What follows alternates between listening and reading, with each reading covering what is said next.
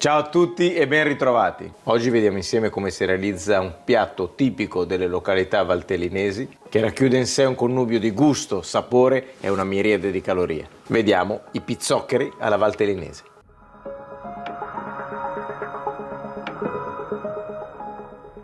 Vi ricordo che la lista degli ingredienti come di consueto la trovate in basso nella info box. Questo è il momento migliore, se non l'aveste già fatto, per iscrivervi al canale. Andiamo subito ai procedimenti, ma prima, sigla!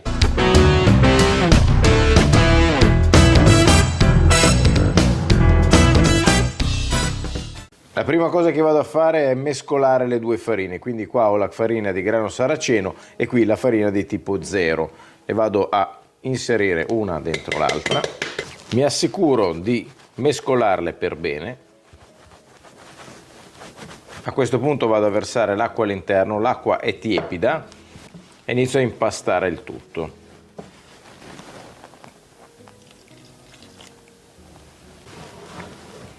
Continuo a lavorare ancora nella ciotola l'impasto finché tutte le farine non siano completamente assorbite.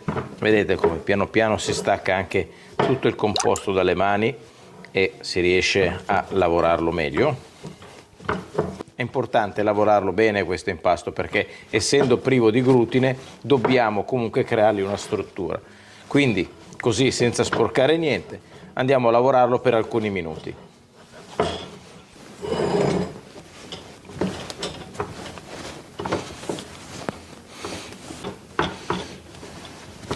Ok, ho lavorato energicamente significa con due mani l'impasto per circa 10 minuti, quindi siamo riusciti ad avere un certo tipo di consistenza. Ora, non ha bisogno di riposo, possiamo andare a stenderlo immediatamente e mi raccomando, per stenderlo dobbiamo esclusivamente usare la farina di grano saraceno.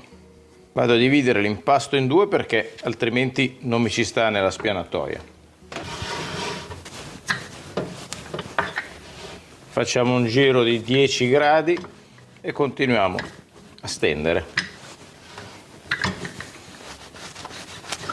Uso un mattarello di legno per dare più rusticità all'impasto.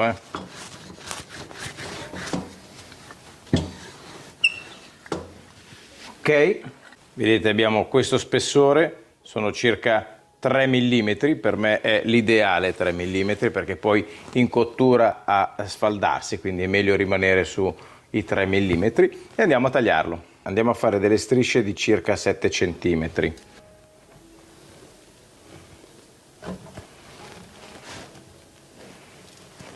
Sempre con l'ausilio del grano saraceno andiamo a sormontarle, le mettiamo una sopra l'altra. E adesso andiamo a fare dei tagli larghi circa 1 centimetro.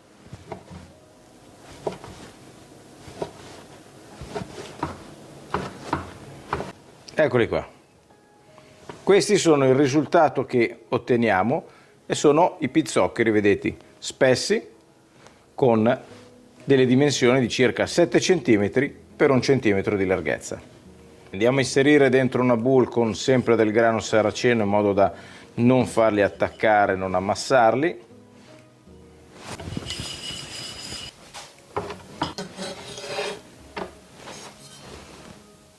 Gli scarti dell'impasto che non sono riuscito poi a dare una forma decente, li vado a fare in questa maniera in modo che domani, dopodomani, quando sarà, posso riutilizzarli in maniera anche abbastanza divertente per fare qualcosa di particolare.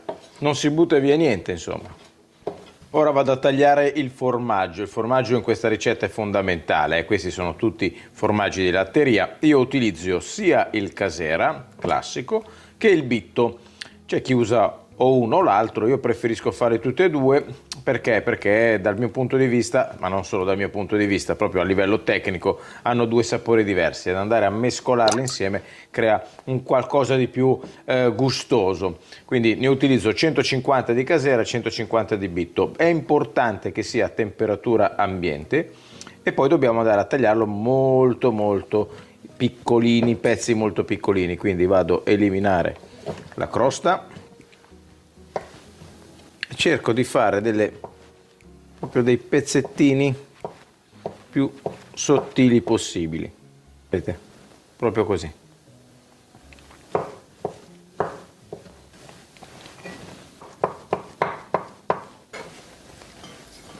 Vado a pelare le patate.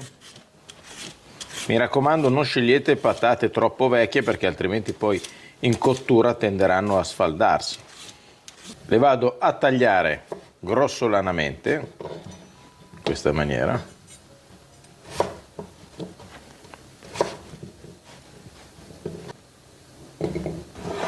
E ora è la volta della tanto amata verza. Chiaramente io l'ho già sfogliata. Vado a tirare via la parte centrale, quindi la vado anche a tagliare a metà in questo caso. Faccio a fette così. La parte più dura la elimino. La taglio dapprima per il lungo e poi la taglio così, grossolanamente.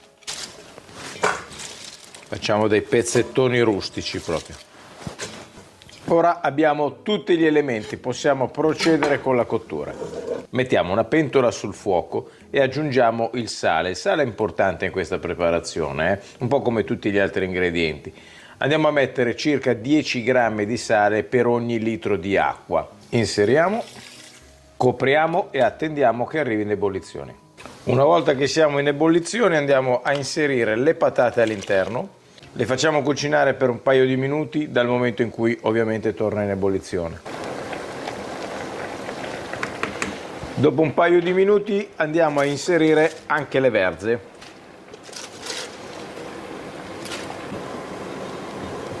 Intanto in un pentolino con la fiamma piuttosto bassa faccio sciogliere il burro molto delicatamente. Aggiungo al burro sciolto anche 2 spicchi di aglio, lo potete lasciare in camicia, schiacciare, io preferisco mettere all'interno così, e dobbiamo farlo andare fino a quando il burro assumerà una colorazione nocciola. La verza ha assunto una colorazione piuttosto trasparente, quindi ci siamo. È il momento di aggiungere i pizzoccheri. Vado a inserire sul fornello più piccolo uno sparcifiamma e inserisco una pirofila. Questo qui mi farà in modo da mantenere molto calda la pirofila. Ora è importantissimo far scolare molto bene tutto il composto, quindi io utilizzo questo scolapasta, lo vado a mettere da parte, lo lascio scolare molto bene. Importante tirare via tutta l'acqua in eccesso. Aggiungo un po' di formaggio parmigiano reggiano sopra e inizio a distribuirci sopra il formaggio, il casera, il bitto, quello che avete. Col fatto che sotto c'è il calore, inizierà a far sciogliere tutto il formaggio. Aggiungo ancora formaggio, parmigiano reggiano e infine, dopo aver eliminato gli spicchi di aglio, andiamo a colarci sopra questo intruglio di burro che ci darà il colpo di grazia. Gli vado a dare una leggera mescolata. Andiamo immediatamente a porzionarla. Guardate com'è, meravigliosa.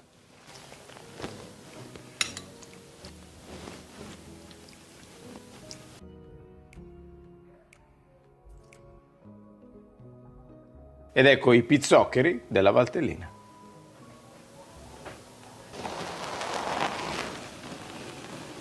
Senza perdere ancora altro tempo, andiamo subito alla prova dell'assaggio.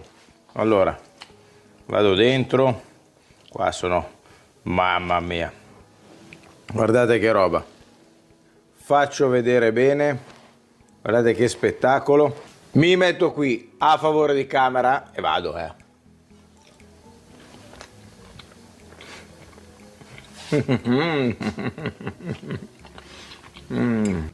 Io ne mangio ancora, non posso più farne a meno.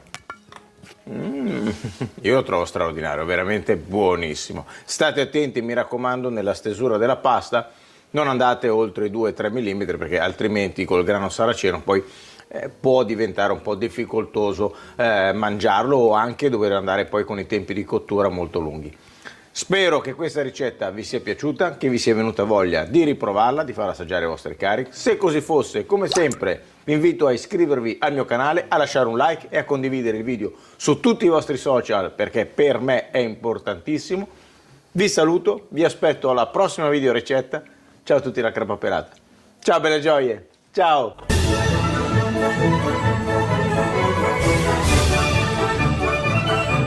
Mamma mia, voglio rimpinzarmi di riso rosso fermentato.